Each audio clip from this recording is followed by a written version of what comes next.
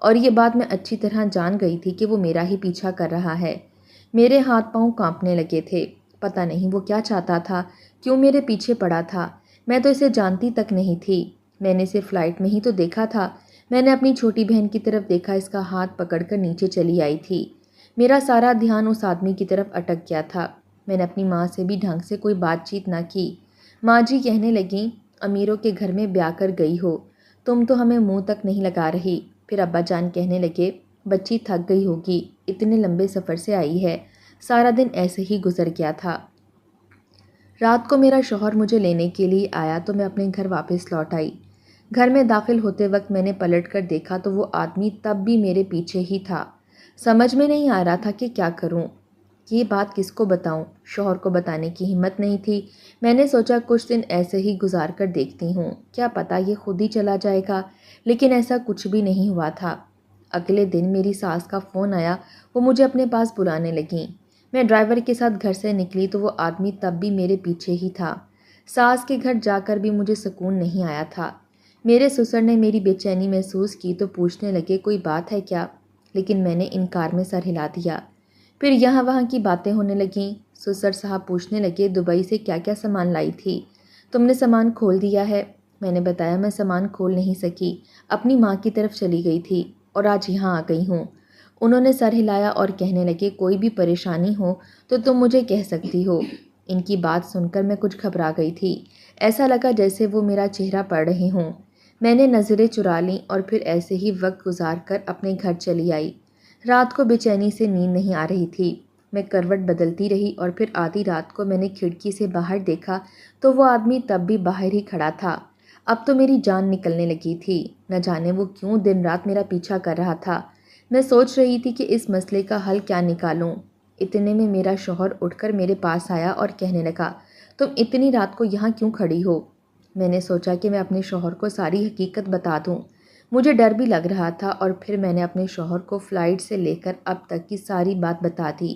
تب وہ ایک دم ہی غصہ ہو گیا اور کہنے لگا، مجھے یقین ہے تم نے ہی ایسا کچھ کیا ہوگا کہ وہ آدمی تمہارے پیچھے یہاں تک چلا آیا ہے اور دن رات گھر کے دروازے پر کھڑا ہے۔ شوہر کی بات سن کر میرے قدموں تلے سے زمین نکل گئی تھی۔ بجائے اس کے کہ وہ میری مشکل سمجھتا، میری مدد کرتا، وہ مجھے ہی قصوروار ٹھہرا رہا تھا۔ میں نے انکار میں سر ہلایا اور اپنے شوہر سے کہا، ایسا کچھ بھی نہیں ہے، آپ غلط سمجھ رہے ہیں۔ میرا شوہر طنزیہ ہنسا اور کہنے لگا، میں نے تو ابا کو پہلے ہی کہا تھا کہ اتنے غریب گھر کی لڑکی کی کیا ضرورت ہے، تھوڑا سا پیسہ کیا دیکھے گی، پاگل ہونے لگے گی۔ اور دیکھو میری بات سچ بھی ثابت ہو گئی ہے۔ تمہیں پیسے والے شوہر ملا تو تم نے پرانے عاشق کو بھی ساتھ لگا لیا، تم ہو ہی بدذات۔ میں تو تمہیں پہلے ہی جان گیا تھا۔ اپنے شوہر کے خیالات جان کر میں دنگ رہ گئی تھی، پریشان ہو گئی تھی۔ مجھے یقین نہ آیا وہ میرے بارے میں ایسا بھی سوچ سکتے ہیں، اور اس لیے وہ مجھ سے بیزار سے تھے۔ کیا یہ شادی ان کی مرضی کے خلاف ہوئی تھی؟ میرا شوہر مجھے باتیں سنا کر واپس جا کر سو گیا تھا اور میں سر پکڑ کر بیٹھ گئی تھی۔ میری آنکھوں سے آنسو بہنے لگے تھے۔ یہ کیا مصیبت آ گئی؟ میں نے سوچا بھی نہیں تھا کہ شادی کے کچھ ہی دنوں بعد مجھے اپنے شوہر کا ایسا روپ دیکھنے کو ملے گا۔ جب کچھ سمجھ نہ آیا تو میں جائے نماز بچھا کر بیٹھ گئی اور خدا سے معافی مانگنے لگی، اللہ تعالیٰ سب کچھ ٹھیک کر دے۔ یہاں تو بات میرے گھر اجڑنے پر آ گئی ہے۔ میں نے سوچا بھی نہیں تھا کہ ایسا بھی کچھ ہو جائے گا۔ وہ آدمی کون تھا، کیوں میرے پیچھے پڑا تھا، میں نہیں جانتی تھی، لیکن اس کی وجہ سے میری زندگی ضرور بگڑ سکتی تھی۔ میرے والدین کوئی بھی صدمہ برداشت نہیں کر سکتے تھے۔ بڑی مشکل سے میرا اتنی اچھی جگہ رشتہ ہوا تھا۔ مجھے کیا معلوم تھا رشتہ میرے ساس سسر کی مرضی سے ہوا ہے اور میرے شوہر حسن کی مرضی اس میں شامل نہیں ہے۔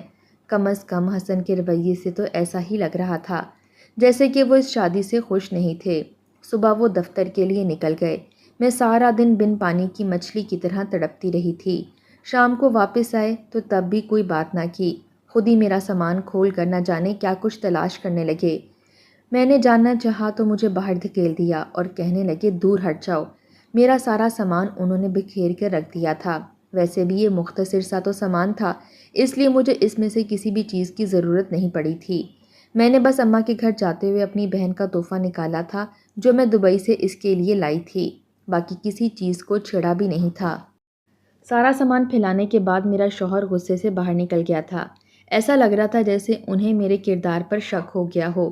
وہ کوئی ایسی چیز تلاش کرنا چاہتے تھے جس کے ذریعے وہ مجھے اپنی زندگی سے ہمیشہ کے لیے نکال سکیں، لیکن میرے پاس ایسی کوئی بھی چیز نہیں تھی۔ میرا کسی سے بھی کوئی تعلق نہ تھا۔ پھر کافی دیر کے بعد میرے شوہر واپس آ گئے تھے۔ ان کا مزاج تب بھی ٹھیک نہیں تھا۔ میں اپنے کمرے کی کھڑکی سے انہیں دیکھ رہی تھی۔ میں نے انہیں گاڑی سے اتر کر گھر میں آتے دیکھا تھا۔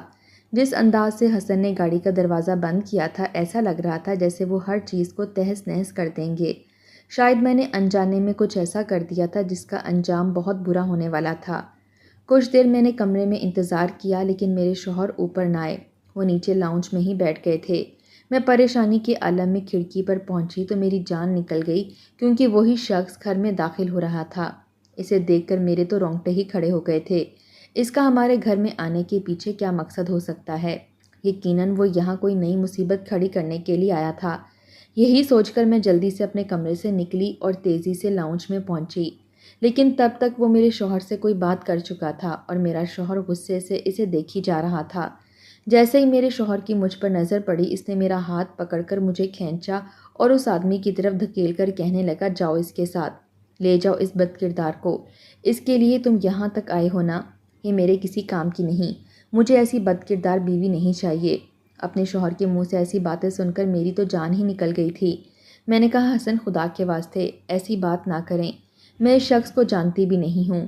میری آنکھوں سے آنسو بہہ رہے تھے، لیکن حسن کو مجھ پر رحم نہیں آیا تھا۔ وہ کہنے لگے، تمہارا اس کے ساتھ کوئی تعلق تو ضرور ہے، جبھی تو یہ تمہارا نام لے کر یہاں تک آ گیا ہے، ورنہ کسی غیر میں اتنی ہمت نہیں ہوتی کہ وہ کسی لڑکی کے لیے اس کے شوہر کے سامنے آواز اٹھائے۔ جاؤ، دفع ہو جاؤ اس کے ساتھ۔ حسن نے مجھے گھر سے نکلنے پر مجبور کر دیا تھا۔ آدھی رات کو مجھے دھکے دے کر گھر سے باہر نکال دیا گیا۔ اس آدمی نے مجھے اپنی گاڑی میں دھکیلا اور گاڑی چلا دی۔ میں نے غصے سے اسے کہا کہ دروازہ کھولو اور مجھے جانے دو، لیکن وہ تو جیسے بہرا ہو گیا تھا۔ میں اب تک نہیں سمجھ پائی تھی کہ وہ کون ہے اور وہ مجھ سے کیا چاہتا ہے۔ میرے شوہر نے کیوں مجھ پر اعتبار نہ کیا اور اس آدمی کی ہر ایک بات پر اعتبار کیوں کر لیا؟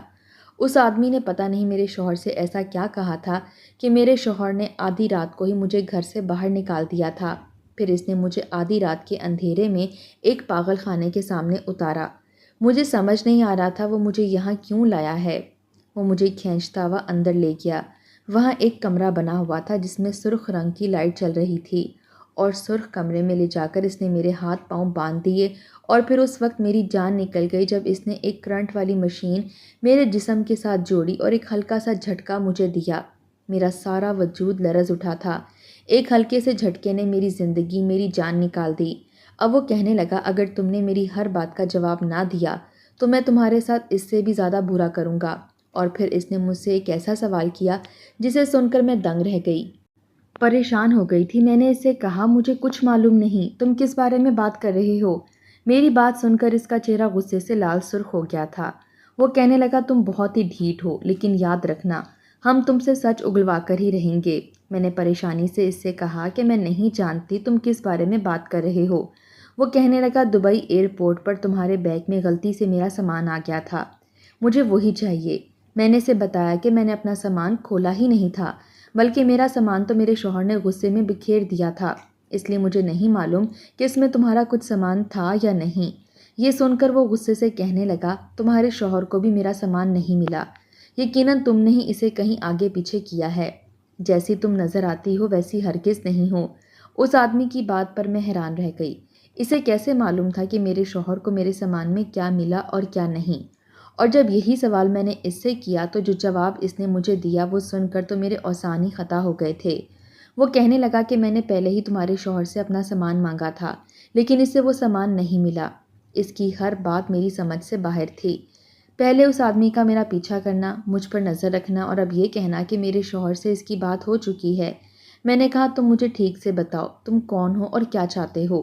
یہ سامان کی بات کیا کر رہے ہو، اور میرے سامان میں تمہاری کوئی چیز کیسے آئی؟ پھر اس نے مجھے بتا دیا کہ وہ کون ہے، وہ اپنے سامان کی بات کر رہا ہے۔ سچ اتنا بھیانک تھا جسے سن کر یقین کرنا بھی مشکل تھا۔